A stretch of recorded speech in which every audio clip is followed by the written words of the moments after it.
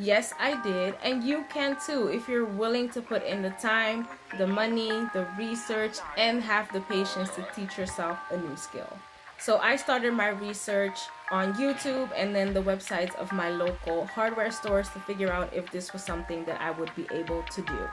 These props are made out of medium density fiberboard, which meant that I had to purchase a jigsaw, a nail gun, and then a bunch of other tools that I needed to be able to complete the project.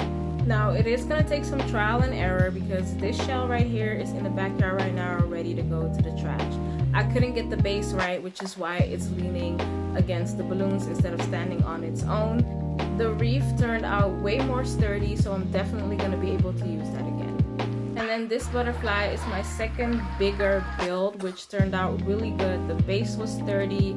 I still have it, so I'm going to be able to use it again in future projects or even rent it out. If anyone is interested in this butterfly, I got the stencil from Maker Decor on YouTube. His videos also helped me a lot during this whole process, so definitely check him out if you guys are interested, and I hope that helps.